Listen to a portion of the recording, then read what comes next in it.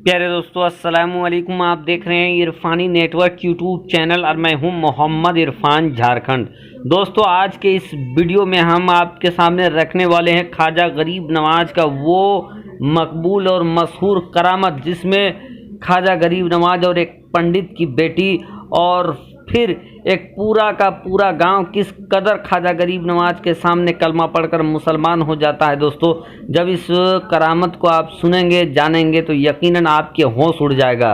प्यारे दोस्तों, उन लोग, ऐसे लोग जिनको ये लगता है कि ख्वाजा गरीब नवाज या जो भारत में जो मुसलमान हुए हैं वो किसी ज़बरदस्ती हुए हैं या तलवार के बल पे हुए हैं, तो ऐसे लोगों को आज का ये वीडियो ज़रूर देखना चाहिए दोस्तों, कि कैसे मोहब्बत से कैसे लोगों ने अपने आप को इस्लाम के करीब पहुंचा लिया, करीब हो गए। तो चलिए दोस्तों, ख्वाजा गरीब नवाज का वो मशहूर करामत आपके सामने रखें। उससे पहले आपसे अदबन गुजारिश करेंगे, अगर आप पहली बार मेरे यूट्यूब चैनल इरफानी नेटवर्क में विजिट करें तो जल्दी से मेरे चैनल को कर लीजिए सब्सक्राइब, साथ साथ बेल के बटन को ऑन कर दें।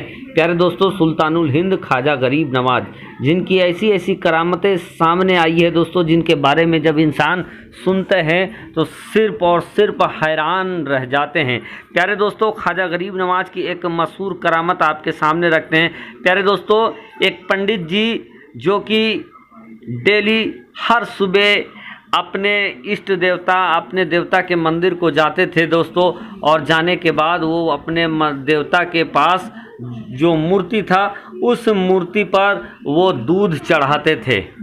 दोस्तों, उस पंडित जी की एक बेटी हुआ करती थी और वो उनकी बच्ची जो हमेशा अपने बाप को, पंडित जी को ये देखती थी कि पंडित जी सुबह सुबह लोटे में दूध डालकर ले जाते हैं और फिर जब वापस आते हैं तो वो दूध उनके पास नहीं होता।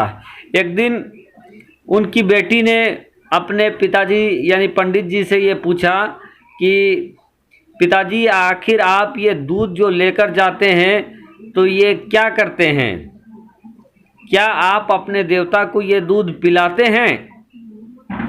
इस पर पंडित जी अपने बेटी को कहते हैं कि बेटी, वो तो पत्थर के हैं और पत्थर कहीं दूध पिएगा? मैं उनको दूध पिलाता नहीं, बल्कि ये दूध मैं उनके पैरों पे अर्पित कर देता हूँ, उनके पैरों पे ढाल देता हूँ और ढालकर मैं आता हूँ। इतना सुनना था कि पंडित जी की बेटी कहती है कि बाबा, कल मैं जाऊंगी मंदिर और वहाँ पर मैं अपने देवता को मैं दूध पिलाऊंगी।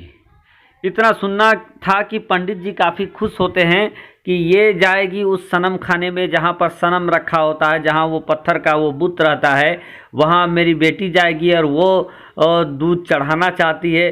सुनकर ये पंडित जी तो काफ़ी खुश होते हैं और पंडित जी के सामने उसकी बेटी ये बात कहती है कि आप तो उनके पैरों पे दूध ढाल कर आ जाते हैं, लेकिन मैं जब जाऊंगी तो मैं उनको दूध पिला कर आऊँगी और जब तक वो दूध पिएंगे नहीं मैं वापस आऊँगी नहीं। बहरके पंडित जी काफ़ी हैरान होते हैं कि ये कैसी बाकी बात कर रहे हैं, पिला के आएंगे। फिर वो उस बात को तवज्जो नहीं देते हैं, भूल जाते हैं। लेकिन दोस्तों, सुबह होता है, सुबह होने के बाद वो पंडित जी की बेटी वो दूध उठाती है, लोटे में डालती है और उस सनम खाने पे चली जाती है जहाँ पर वो पत्थर का बुत था जिसकी वो परस्तिश करते थे, वो लोग पूजा करते थे। अब वहाँ जाने के बाद पंडित जी की बेटी उस मूर्ति के सामने चली जाती है, वो उस बुत के सामने चली जाती है और जाने के बाद ये कहती है कि आपके लिए मैं ये दूध लाया हूँ और आपको ये दूध पीना पड़ेगा।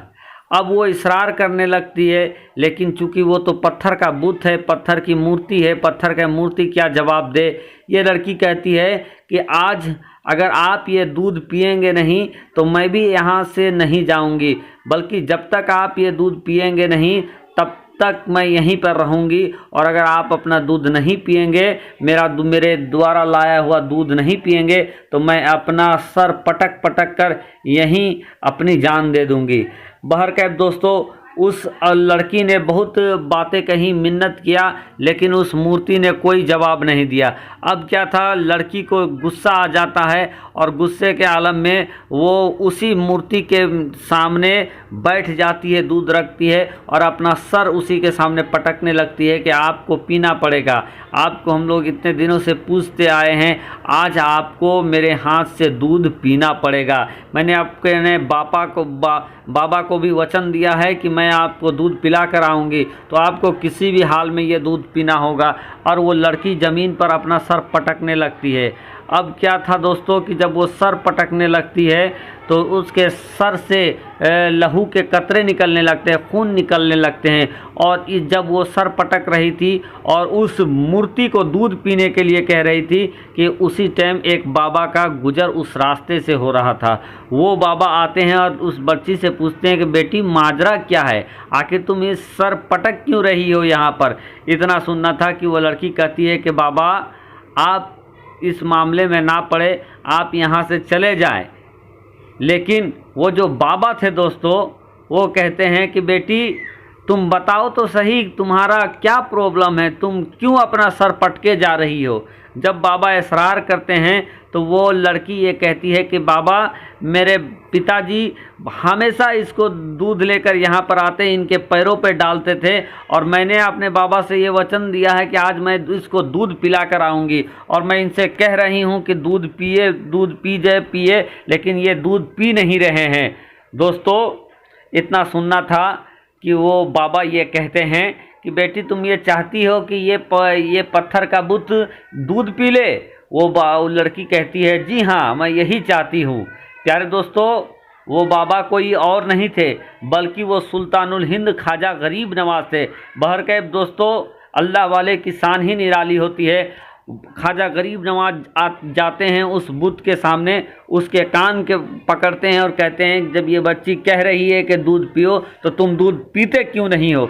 अब दोस्तों इतना कहना था ख्वाजा गरीब नवाज की कि उस बुत के अंदर से हरकत हो जाती है और वो बुत अपना हाथ बढ़ाता है, उस लड़की के हाथ से वो लोटा लेता है और वो दूध को पी जाता है। जब ये सुनना था कि लड़की काफ़ी खुश होती है, घर वापस आती है। घर में उसके घर वाले जब देखते हैं कि बड़ा फटा हाल है तो उनके घर वाले कहते हैं कि कहीं मेरी बेटी के साथ कोई बुरा तो नहीं हो चुका है, कहीं इसके इज्जत के साथ कोई खिलवाड़ तो नहीं हुआ है। लेकिन उसकी बेटी कहती है कि नहीं, मेरे साथ कुछ नहीं हुआ है, बल्कि जो घटा था वो सारा मामला उसके साथ बता देती है। लेकिन जो गांव वाले थे, अगल बगल वाले थे, वो लोग ये कहते हैं कि नहीं, इसके साथ कुछ गलत हुआ है और वो उस चीज़ को छुपाने के लिए मनगढ़ंत बातें कह रही है। तो वो लड़की गांव वालों को कहते हैं कि अगर आप लोगों को विश्वास नहीं है तो कल मेरे साथ आप लोग चलें, मैं आप लोगों के सामने उस बुत को फिर दूध पिला दूंगी।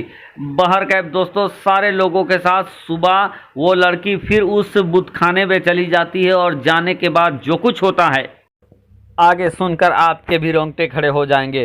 दोस्तों सुबह पंडित की बेटी सभी अपने परिजनों के साथ, अपने रिश्तेदारों के साथ वो उसी बुत खाने पे चली जाती है और उस बुत के सामने खड़ी हो जाती है और ये कहती है कि आप दूध पी लो।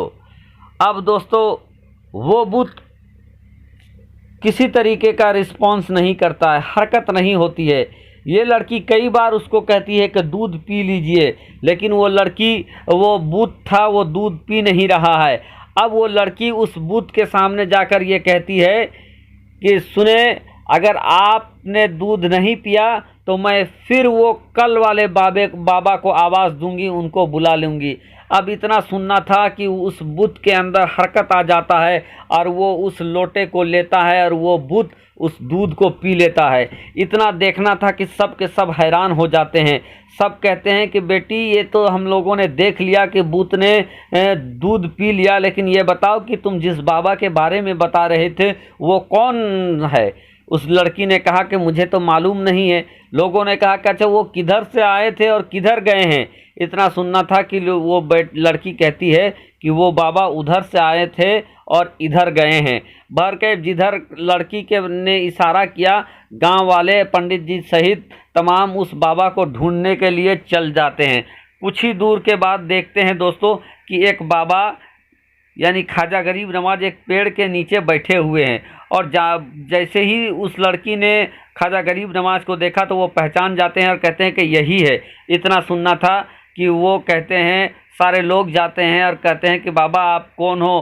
ख्वाजा गरीब नवाज अपना नाम बताते हैं। उसके बाद कहते हैं कि अब मैंने ही उसको दूध पिलाया है। और दूध सुनना था कि सब कहते हैं कि आपका मजहब कौन है। ख्वाजा गरीब नवाज कहते हैं कि मैं इस्लाम धर्म का मानने वाला हूँ और मेरा खुदा वो है जो रात दिन को बनाया, ज़मीन को बनाया, आसमान को बनाया। और उसके बाद दोस्तों ख्वाजा गरीब नवाज वहाँ से चलने लगते हैं। इतना सुनना था कि जितने सारे लोग थे ख्वाजा गरीब नवाज के कदमों में गिर जाते हैं और कहते हैं कि आप ऐसे कैसे चल गए? क्या आप सिर्फ पत्थर को दूध पिलाने आए हैं? हम लोगों को भी कलमा पढ़ाइए और कुफ्र के अंधेरे से निकालिए। और दोस्तों सारा गाँव कलमा पढ़कर इस्लाम कबूल कर लेता है।